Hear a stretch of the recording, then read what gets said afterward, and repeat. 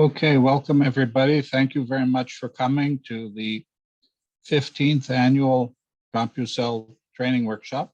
Every year is a little different. This year, clearly, we are doing it virtually. We appreciate your coming and spending some time with us.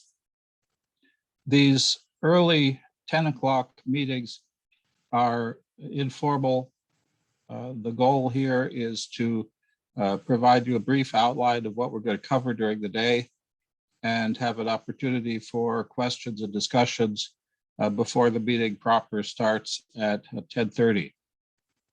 So it's a time to make sure everybody can log in, get things set up, and troubleshoot before we start with the formal program for the day.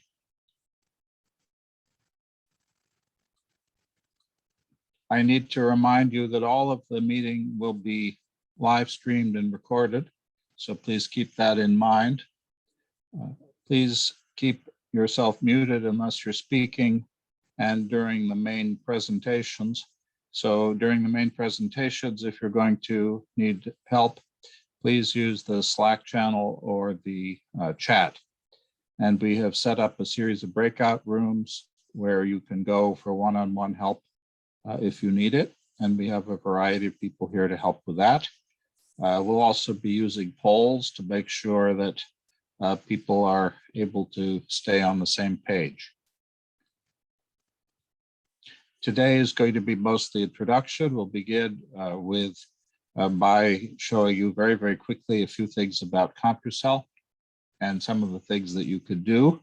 Then Giuliano is going to do an initial set of exercises with you to teach you about some of the features of Compusal. And then Giulio Belmonte will take over and talk about how the intrinsic methodology of Compusal works, and then begin to explore using it to model cells. So that's the agenda for today. Tomorrow we will continue with that, start introducing chemical fields, and then Wednesday we will begin to apply those in more detail, begin to understand how to include subcellular signaling and regulation. And Thursday, that will be mostly an extension, focusing on how you control cells using signaling and regulatory networks. And then Friday, we're going to talk about some advanced concepts of compartmental cell modeling and solids and link modeling as well. Next week, Saturday and Sunday, we have the hackathon. If you haven't signed up, you can still sign up. There's no obligation. We strongly encourage people to participate if they have interest. You don't have to have your own project. You're welcome to piggyback on others. In fact, we encourage teaming. So again, today we have this half an hour to talk a little bit if we need to, do troubleshooting. Then at 10:30 to noon, I will present my introduction to Compusal, and then we'll have a short break. We'll have Giuliano's talk from 12:15 to 1:45, a half an hour for lunch. Of course, it may not be lunch, depending on what time zone you're in.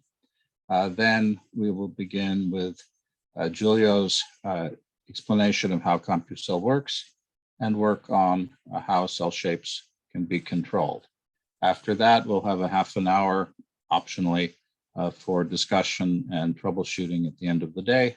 And that will be the rhythm for the week, give or take minor exceptions.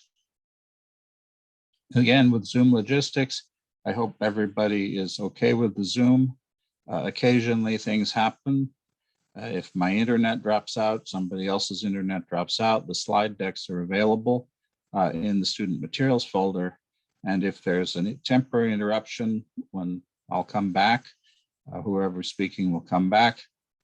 If it looks like it's going to be an extended interruption, one of the other instructors will pick up and continue the lectures. We will provide all of the videos recorded. They're on YouTube, as I say. We'll also try to have edited versions of them available in the student materials folder. We'll use this are you done with the exercise poll quite a bit. I'll just show you what that looks like. it looks like this. So if you say, how are you doing? You could say, yes. You could say, not doing the exercise. You could say, need more time or need help. If you need help, please let us know who you are so that we can help put you into a breakout room. So use the chat to ask that question. One problem with this polling method is that you can only answer the question once. And so if you are making good progress on the exercise, don't answer until it looks like the speaker is going to move on. The other thing we'll do sometimes is we'll do the polls more than once. So we'll throw the poll up. If there are a lot of people who are saying need more time, we'll wait a minute or two and then throw the poll up again. So if you see the poll more than once, please don't be nervous about that. It's our way of making sure that everybody's able to stay together without endless delays. So I hope that makes sense for people. There are going to be some other polls. In particular, at the end of each module, there is going to be a questionnaire about the presentations in the module. We take these quite seriously, so please do use them and let us know what we could do better. If it was too slow, too fast, unclear, we take that very seriously, and year to year we do make improvements to these modules.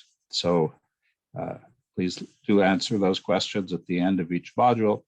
And if it looks like the speaker is going to forget to post the module questionnaire at the end of the module, somebody feel free to break it and remind them that they need to do that, okay? So I think those are the main logistics. We have a pretty big group. We have 66 people who have logged in so far. We have more people who've said they're going to participate who may not join us till 10:30 to the official time of the start. We'll do our best to give people one-on-one attention, but if you feel that you're being neglected for some reason, please let us know. Somebody asked the question in the chat. If we haven't signed up, where do we formally sign up for the hackathon? Please send me an email. I'll put my email address in the chat. You don't really have to sign up, but we definitely want to know that you're planning on participating. And I'll do a little poll about which people are likely to attend the hackathon in the main session. Since this was an optional session, I don't want to have anything here that would prejudice people who joined at 10:30. But again, the hackathon is a lot of fun. We hope you'll participate. It's not required, but it's quite interesting. So that's a good follow-on for that. The Hackathon Details, that'll be Saturday and Sunday this year. It's a 2-day hackathon.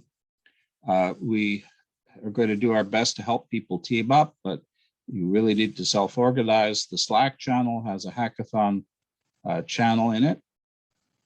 In addition, we've created a folder where you can upload a single PowerPoint if you have an idea for a project. If you put those PowerPoints there today or even tomorrow morning by early morning, I will put them together in a slide deck. And the reason I'm doing it that way is it's just too complicated to go back and forth between 60 possible speakers. So what I'll do is I'll create a slide deck of all the slides I have. We'll walk through them. People can present for a minute or two about their idea. And then we can have a general discussion that Jim Sluka will lead about some other possibilities for people who want to participate but don't have an idea yet. And then we'll meet again on Thursday on the same topic. So if you have an idea that comes to you as you're working through the course between Tuesday and Thursday, don't feel you're frozen out. And for that matter, if you come up with an idea between Thursday and Saturday and you want to recruit people to work on a project together, that's fine too. So again, the hackathon can be a lot of fun. Over the years, we've had people take those ideas and turn those projects into publishable work. Somebody asks who I am. Again, my name is James Glazier. I'm a professor of intelligent systems engineering here at Indiana University. And I'm not going to be speaking that much, but I'll be in the background a lot. I'll be giving the introductory lecture today in a few minutes, and then I'll be doing the hackathon organization and also the introductory lecture on subcellular network modeling.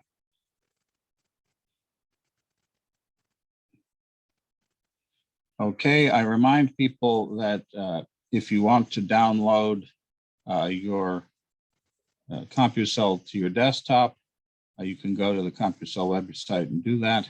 We encourage people, especially if you're running Linux, not to do that, at least not now. If you have desktop Compusal running, it's fine. But I strongly recommend that you don't spend a lot of time doing that at the moment. We will be teaching Compusal mostly through the NanoHub application. That NanoHub application has some advantages and some disadvantages, as we'll see very soon. But it does have one great advantage, which is you don't need to load anything onto your computer. It's purely web interface. And so again, I strongly encourage you to look and register if you haven't registered already, so that you'll have access to this Compusal tool on NanoHub, and we'll do our best to teach around that. Again, if you can do all the exercises and everything else with the desktop version, but it will look slightly different. And some of the issues about how you load and unload files will be slightly different as well.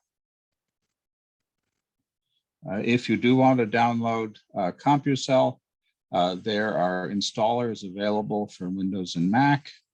If you go to the Compusal website, you'll find those. Depending on your particular computer, you may have to override some security settings to install Compusal. So that may take a little bit of effort, depending on how your computer is configured.